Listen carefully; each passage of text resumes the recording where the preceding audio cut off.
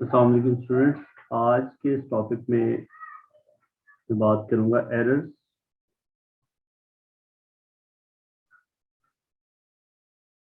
And uncertainties.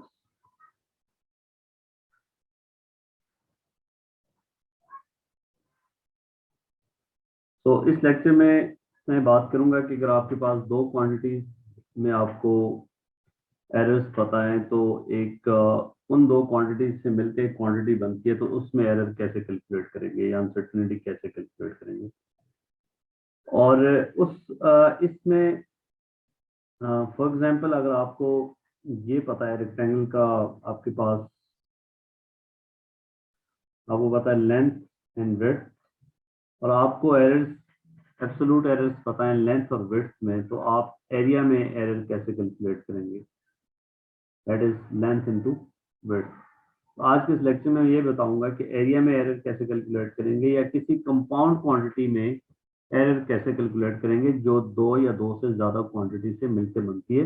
उस quantity को हम बात करते हैं कंपाउंड क्वांटिटी, इसको नाम देते हैं। और उस कंपाउंड क्वांटिटी के अंदर जो एरर होगा उसको हम कहेंगे कंपाउंड एरर।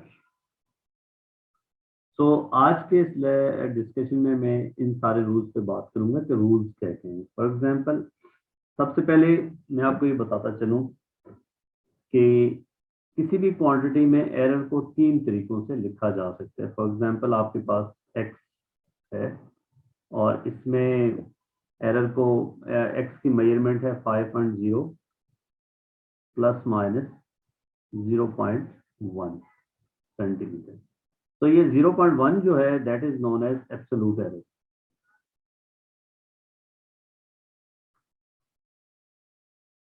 और अगर हम इसको लिखते हैं डेल्टा एक्स, तो डेल्टा एक्स हमारे इस केस में 0.1 सेंटीमीटर है। और डेल्टा एक्स ओवर एक्स अगर क्वांटिटीज को डिवाइड कर देंगे तो इसको हम कहेंगे फ्रैक्शनल एरर।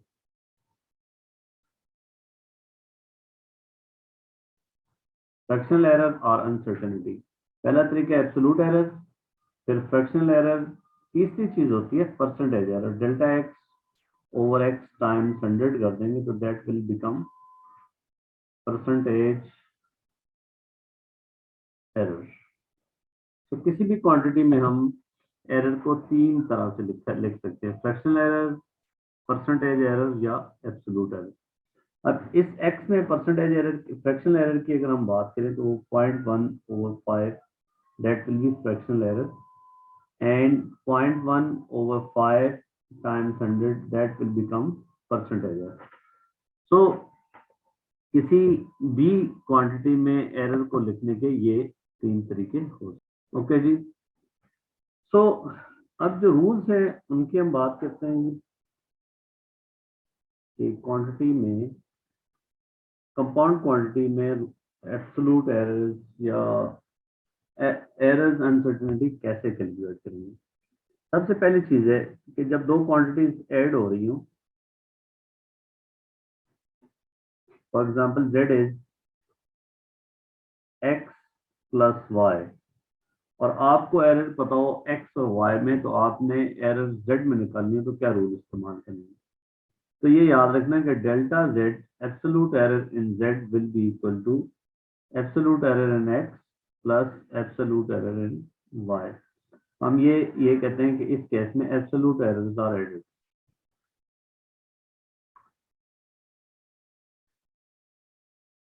और एडिड, तो पहली चीज एब्सोल्यूट एरर्स, जब दो क्वांटिटीज ऐड हो रहे हैं तो इस तरीके से कैलकुलेट करेंगे।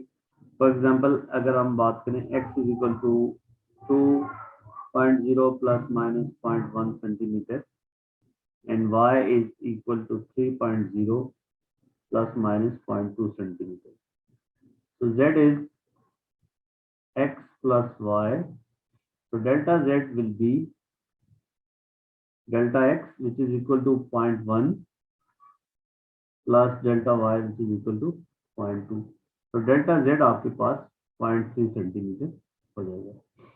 दूसरी इसमें अहम बात करता चलूं कि एक क्वांटिटी के डेसिमल एरर के डेसिमल प्लेसेस और क्वांटिटी के डेसिमल प्लेसेस हमेशा सेम होने चाहिए। दूसरा रूल आपके पास आ गया सब्ट्रैक्शन का। इस केस में अगर दो क्वांटिटीज माइनस हो रही है, for example X minus Y, तो इधर भी यही रूल है, एब्सोल्यूट एरर्स आपके पास ऐड हो जाएंगे, delta X plus delta Y. तो सब्ट्रैक्शन के अंदर भी एरर्स कम नहीं होते। एरर की जो कॉज है वो इंस्ट्रूमेंट है या पर्सन है, इसलिए जब दो क्वांटिटीज को माइनस करेंगे तो उनकी एरर कम नहीं हो जाएगी। तीसरी चीज है जब आपके पास दो क्वांटिटीज मल्टीप्लाई हो रही हो,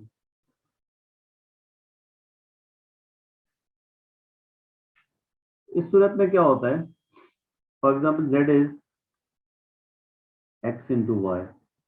इस सूरत में फ्रैक्शनल एरर आपके पास ऐड होती है, delta Z over Z, this is fractional error in Z, and delta X over x, fractional error in x, fractional error in y. So fractional error in x plus fractional error in y will be equal to fractional error in z. So fractional errors are added. अगर मैं 100 से multiply कर दूं तो ये चीज क्या बन जाएगी, delta Z over Z times 100, that will become percentage error in Z will be equal to percentage error in x plus percentage error in y. तो दूसरे लफ्जों में हम ये भी कह सकते हैं कि percentage errors are added, absolute error add नहीं होंगे, ये याद रखना। मसलन इसको मैं क्लियर करता जाऊं कि अगर आपके पास एक जेड क्वांटिटी है, Z is X into Y, और एक्स में जो एरर है वो 2% का है, वाई में जो एरर है वो 3% का है। Percentage delta Z will be equal to 2% plus 3%, which is equal to 5%। अच्छा जी, इसी की एक्सटेंशन है कि अगर आपके पास z इज कोई पावर आपके पास आ जाए x स्क्वायर टाइम y, अब क्या होगा, delta z over z, fractional error in z, इस x स्क्वायर को हम लिख सकते हैं x into X time y। ये मल्टीप्लीकेशन का ही केस बनता है, delta X over X plus delta X over X plus delta Y over Y, that will be 2 time delta X over X plus delta Y over Y. ये जो इसकी power 2 थी वो इसके साथ मल्टीप्लाई हो जाएगी।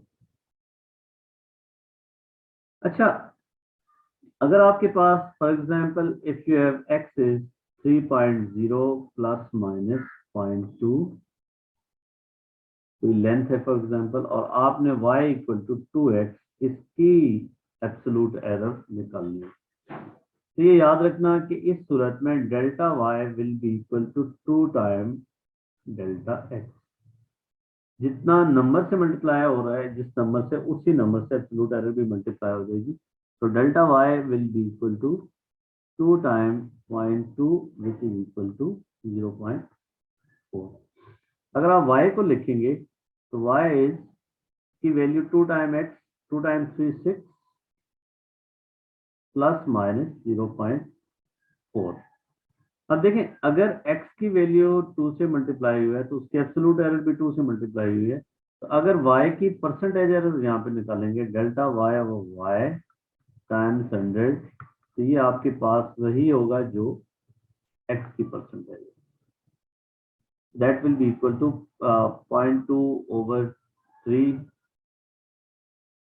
इंटू 100। तो ये सेम है जो x की परसेंटेज है, तो इस कांस्टेंट से परसेंटेज एरर पे फर्क कुछ नहीं पड़ता, फ्रैक्शनल एरर पे कुछ फर्क नहीं पड़ता। ओके जी, मतलब अगर आपके पास z is a x power m y power m, इसमें x, m और n कोई भी कांस्टेंट है, a भी कांस्टेंट है, तो इस a से फ्रैक्शनल एरर और परसेंटेज एरर ऑफ z पे कोई फर्क नहीं पड़ेगा। तो that will B m time delta x over x plus n time delta y over y। तो इससे डेल्टा z आप निकाल लोगे, z से मल्टीप्लाई होगा और z की वैल्यू में ये कंट्रीब्यूट करेगा। आगे मैं एग्जांपल से आपको क्लियर करूंगा। चौथी चीज आती है, लास्ट रूल है division rule. For example z is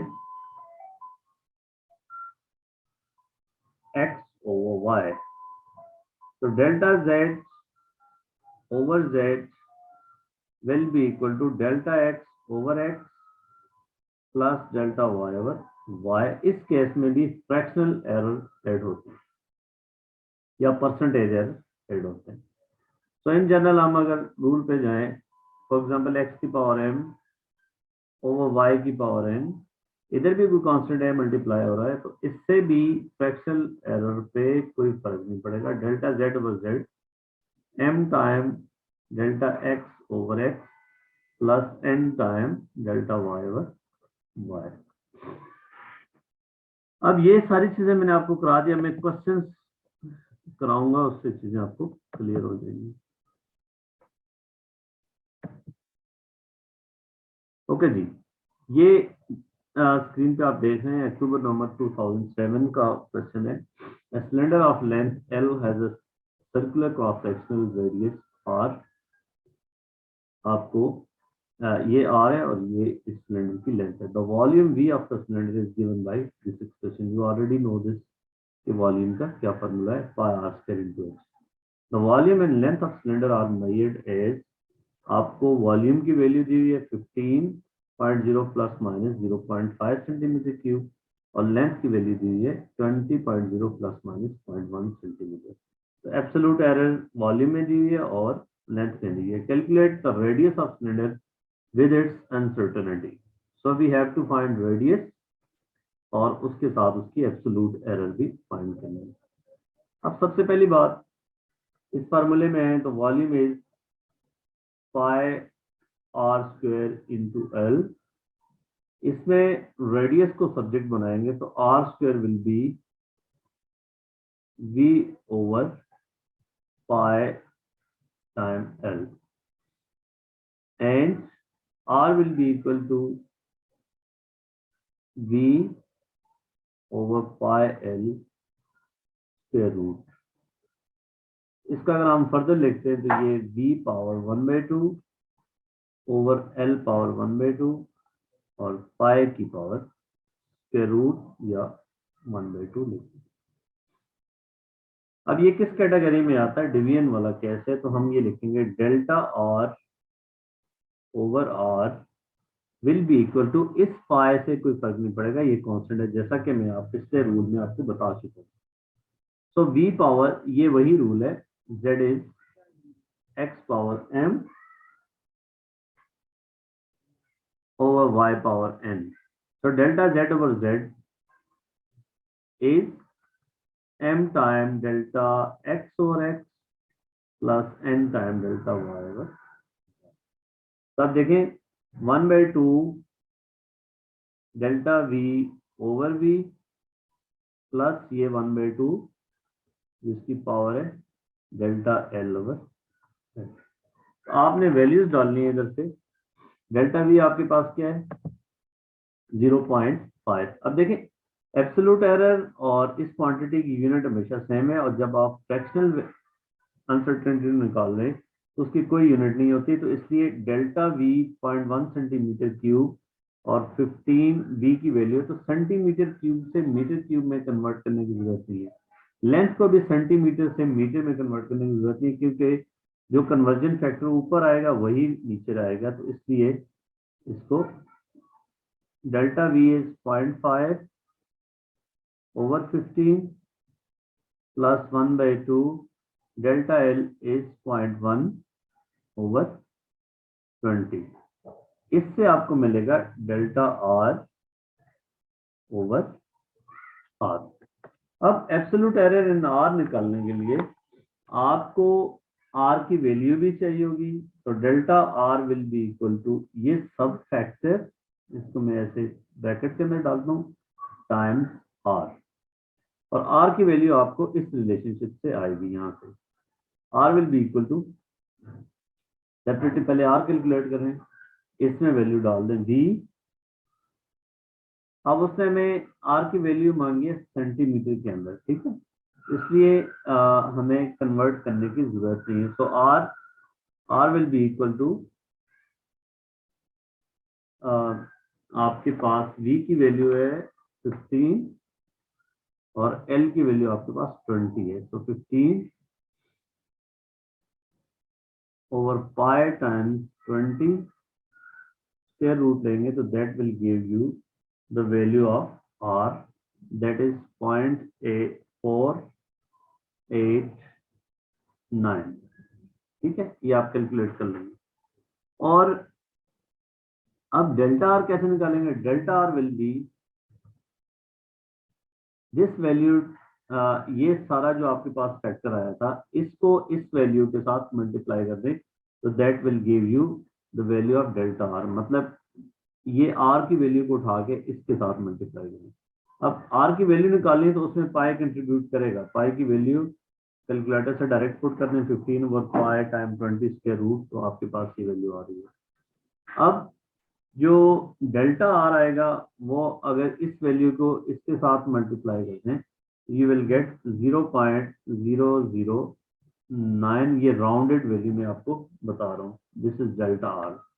अब मैंने राउंड ऑफ करने के क्या रूल है, अब देखें v की जो एब्सोल्यूट एरर है वो वन सिग्निफिकेंट फिगर है, इसकी भी वन सिग्निफिकेंट फिगर है, तो absolute error in r should also be rounded to one significant figure, मैंने राउंडेड वैल्यू लिखी है, एक्चुअल वैल्यू आप यहाँ से कैलकुलेट करके देख लेंगे कि r की वैल्यू क्या है। लेट मी चेक कि r की वैल्यू आपने इस फॉर्मूले से डाल के चेक कर ली, स्क्वायर रूट, असल वैल्यू राउंडिंग ऑफ करने से पहले इसकी ये वैल्यू आ रही थी 0.4860, और डेल्टा जब इसको इस सारे फैक्टर के साथ मल्टीप्लाई करेंगे तो आपके पास दिस जो वैल्यू आएगी वो 0.009 सेंटीमीटर आएगी। अब देखें अगर v की value error one significant figure है, इसका वन सिग्निफिकेंट फिगर है, तो r का भी वन सिग्निफिकेंट फिगर होना चाहिए। इसको जब मैंने वन सिग्निफिकेंट फिगर पे राउंड ऑफ किया तो आपके पास आया 0.0093 डेसिमल प्लेस है, तो मैंने r को भी 3 डेसिमल प्लेस पे राउंड ऑफ करना है, तो इसलिए मैंने इससे ये वैल्यू ले ली, सो 0.489, जाहिर है इस ये 5 या 5 से बड़ा होगा डिजिट तो इसमें आपने एक ऐड कर देना है और ये आंसर आएगा 0.009। इसको लिखने का कैलकुलेट करने के अलावा एंड पे जो है प्रॉपर सिग्निफिकेंट फिगर्स के साथ लिखने का जो है वो भी एक नंबर है आंसर पे। तो कैलकुलेट जो आर की वैल्यू आई उसको डेल्टा आर के डेसिमल प्लेसेस सिग्निफिकेंट फिगर्स इनके लिहाज से आपने रखने वन सिग्निफिकेंट फिगर, और उसके हिसाब से जो डेसिमल प्लेस बनेगी इसको उस हिसाब से आपने राउंड अप करना है, ठीक है। अब देखें ये 3 सिग्निफिकेंट है v और l भी 3 सिग्निफिकेंट फिगर है, यहाँ पे रेडियस की वैल्यू भी 3 सिग्निफिकेंट फिगर में आ गई, तो इस पे कंप्रोमाइज है, एक सिग्निफिकेंट फिगर ऊपर या नीचे जा सकता है, लेकिन यहाँ पे इसमें जो एब्सोल्यूट एरर के सिग्निफिकेंट फिगर्स हैं वो जो ऊपर आपको दिया हुआ है उससे ज्यादा नहीं जानी चाहिए।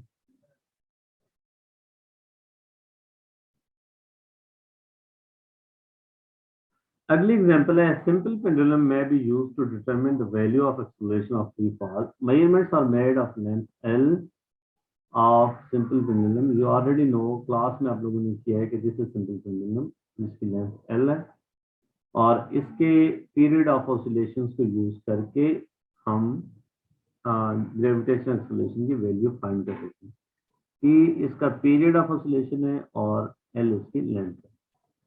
The values obtained with their uncertainties are shown. ये t की वैल्यू दी हुई है और 1.93 प्लस माइनस 0.03 ये एब्सोल्यूट एरर टाइम में और लेंथ 92 प्लस माइनस 1 सेंटीमीटर। अब आप देख लें अगर ये 2 डेसिमल प्लेस में तो ये भी 2 डेसिमल प्लेस में, और इसको नियरेस्ट टू अगर हमने होल नंबर राउंड ऑफ किया है तो इसको भी इसके हिसाब से राउंड किया। करना क्या है, calculate the percentage uncertainty in measurement of the period T. बहुत सिंपल सा क्वेश्चन है। टी की परसेंटेज एरर होगी percentage delta T, that is absolute error 0.03 divided by इसकी एब्सोल्यूट एरर डिवाइडेड बाय इसकी वैल्यू टाइम्स 100 कर देंगे तो that will give you percentage error. और इसका आंसर जो अगर आप निकालें, लेट मी कैलकुलेट, इसका आंसर बनता है 1.554। अब देखें इसको, ये आपके पास 4 सिग्निफिकेंट फिगर में है, इसको आप जो है 3 सिग्निफिकेंट फिगर में लिखेंगे तो दैट विल बी 1.55, और अगर 2 सिग्निफिकेंट फिगर में इसको लिखेंगे तो 1.6%। अब देखें रूल क्या है कि लिखना किसमें है। आपका जो डेटा है, डेटा में जो टी में एब्सोल्यूट टी की वैल्यू है वो 3 सिग्निफिकेंट फिगर में है, और जो एब्सोल्यूट एरर है वो 1 सिग्निफिकेंट फिगर में है। ठीक है, अब आप क्या करेंगे कि परसेंटेज एरर का रूल ये होता है कि या तो आप 2 सिग्निफिकेंट में लिख सकते हैं या 3 में लिख सकते हैं, लेकिन 1 सिग्निफिकेंट फिगर में इसको नहीं लिखना। तो इसलिए इसमें एक्सेप्टेबिलिटी जो आएगी वो 3 सिग्निफिकेंट फिगर ये भी एक्सेप्टेबल है और ये भी एक्सेप्टेबल है, लेकिन इसको अगर आप फर्दर 2 पे राउंड ऑफ कर देंगे तो ये एक्सेप्टेबल नहीं है। परसेंटेज एरर का रूल ये होता है कि आप 2 या 3 सिग्निफिकेंट फिगर में राउंड ऑफ करते हैं। लेंथ एल, एल की वैल्यू आपके पास, इसमें परसेंटेज एरर निकालेंगे तो percentage delta L, value of L absolute error in L divided by value into 100। तो ये आप करेंगे, ये आपके पास बनता है 1.086%, और ये 4 सिग्निफिकेंट फिगर है, अगर इसको 3 में लिखेंगे तो 1.09, और 2 में इसको लिखेंगे तो 1.1। तो ये भी लिख सकते हैं, ये भी लिख सकते हैं, बोथ आर एक्सेप्टेबल। अब नेक्स्ट देखते हैं, the relationship between T L and G is given by, और value of G is 4 pi square L over T square. Using your answer calculate the percentage uncertainty in value of G. अब देखिए ये किस category में आता है rule. जी जो है एल और टी के डिवीजन से हासिल किया जा रहा है, सो परसेंटेज डेल्टा जी होगा परसेंटेज डेल्टा एल प्लस ये जो टी की पावर है 2 टाइम परसेंटेज डेल्टा टी। ये 4 पाई स्क्वायर का परसेंटेज पे कोई रोल नहीं आएगा। परसेंटेज एल आपने निकाला है, let me check. Percentage L आपके पास है 1.1%। अगर आप 2 सिग्निफिकेंट में लिखें तो फिर ये आपके पास बनेगा 1.1% प्लस 2 टाइम 1.6%। तो इसका आंसर आ जाएगा 4.3%। ठीक है, और अगर आप इसकी ये वैल्यूज यूज कर लेंगे 1.55 और 1.09 तो आप करके देखना, फिर ये बनता है 4.2%। तो दोनों एक्सेप्टेबल हैं। आप इस केस में 2 सिग्निफिकेंट फिगर में राउंडेड वैल्यू को यूज कर लें, या ये जो वैल्यू है 3 सिग्निफिकेंट फिगर वाली वो यूज कर लें, दोनों से आंसर एक्सेप्टेबल है। The value of L and T are used to calculate a value of G, that is 9.751 meter per second square. By reference to the measurement of L and T suggests why it would not be correct to quote the value of G as 9.751. अब देखें आपके पास जो G की percentage error आती है वो 4.3% है। तो अगर मैं एब्सोल्यूट एरर इन G निकालूं मेरी वैल्यू होती है 9.81 टाइम्स 4.3%। इससे मेरे पास जो आएगा वो बनता है 0.42। This is absolute error in G. और एब्सोल्यूट एरर इन जी अगर मैं देखूंगा तो वन सिग्निफिकेंट फिगर में लिखनी होगी, क्योंकि ये भी वन सिग्निफिकेंट फिगर में एरर, ये भी वन सिग्निफिकेंट फिगर में है, इसकी एरर वन सिग्निफिकेंट फिगर से मैं ज्यादा नहीं लिख सकता, तो ये 0.4। This is delta G. अब अगर एब्सोल्यूट एरर ही आपकी 1 डेसिमल प्लेस पे आ रही है, 0.1 पोजीशन पे आ रही है, तो इसके आगे ये जो फर्दर ये डेसिमल प्लेसेस हैं ये इनसिग्निफिकेंट हो जाते हैं। अगर आपके एब्सोल्यूट एरर 0.4 है, दैट इज 1 डेसिमल प्लेस तक, तो वैल्यू को 1 डेसिमल प्लेस से रिकॉर्ड करना मीनिंगलेस हो जाता है, क्योंकि एरर ही इसके इस डिजिट पे एरर लाई कर रही है। तो ये अगले फिर आप सिग्निफिकेंट फिगर में आप वन डाउटफुल डिजिट और बाकी एग्जैक्टली नॉन डिजिट्स लेते हैं। तो अब 0.7 जो है दैट इज डाउटफुल डिजिट, तो 5 और 1 की इंपॉर्टेंस अब खत्म हो गई है। तो इसलिए इसको जब आप राउंड अप करेंगे तो द वैल्यू ऑफ जी जो है उसमें रॉ डेटा से ज्यादा सिग्निफिकेंट फिगर आपने लिए हुए हैं। ठीक है, एक इसका ये आंसर आप ले सकते हैं कि इसमें 2 सिग्निफिकेंट फिगर है, इसमें 3 है, तो जी की वैल्यू में least number of significant figure आने चाहिए, 2 आने चाहिए। ठीक है, इसकी एक जस्टिफिकेशन आप ये दे सकते हैं। दूसरा आप ये दे सकते हैं कि 0.4 1 डेसिमल प्लेस में एरर है, तो इसके ये अगले डेसिमल प्लेसेस सिग्निफिकेंट नहीं होते। तो हम कह सकते हैं कि G should have least number of significant figure in raw data. ये डिवीजन का रूल है कि जब आप जी की वैल्यू आप निकाल रहे हो इस फॉर्मूले से 4 pi square L over T square, तो ये डिवाइड करके निकालें तो एल और टी की जो least number of significant figures हैं उससे ज्यादा जी के सिग्निफिकेंट फिगर नहीं आ सकते। तो एक में 2, एक में 3, तो लिहाजा 2 होने चाहिए। अच्छा जी, use your answer to determine the absolute uncertainty in G. तो हम ऑलरेडी पहले कर चुके हैं कि जी की एब्सोल्यूट एरर में पहले ही बता दिए, दैट इज 0.4। और इसको लिखेंगे तो हम लिखेंगे 9.8। अब देख लें, इसको इतनी वैल्यूज में नहीं लिखना। अब 9.751 है, तो इसको 2 सिग्निफिकेंट फिगर तक राउंड ऑफ करना है। तो इस नंबर को देखा, ये 5 है, ये 9.8 हो जाएगा। 9.8 प्लस माइनस 0.4। इसमें रॉ डेटा के हिसाब से देखा है कि रॉ डेटा में जो एब्सोल्यूट एरर है उसका सिग्निफिकेंट फिगर जो है 1 है, लिहाजा एब्सोल्यूट एरर 1 सिग्निफिकेंट फिगर से ज्यादा नहीं हो सकती। इसके लिहाज से हमने इसके डेसिमल प्लेसेस और इसके डेसिमल प्लेसेस सेम होने चाहिए, इसलिए इसको 9.8 लिखा। या हम ये कह सकते हैं कि जी का जो वैल्यू है वो रॉ डेटा में जो लीस्ट सिग्निफिकेंट फिगर्स हैं उसमें इसको लिखेंगे। तो ये मैंने इस लेक्चर में आपको रूल सारे बताए और 2 एग्जांपल्स भी करके दिखा दी। उम्मीद है आपको समझ आई होगी।